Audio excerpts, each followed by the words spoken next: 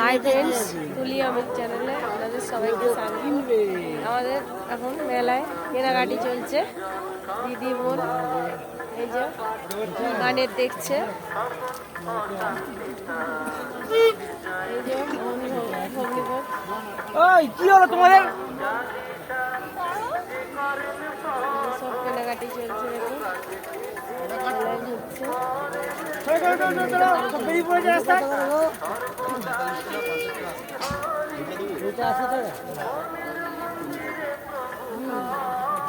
গাড়িতে দাঁড়িয়ে আছে, ওই জন্য ওরা দেরি করবে।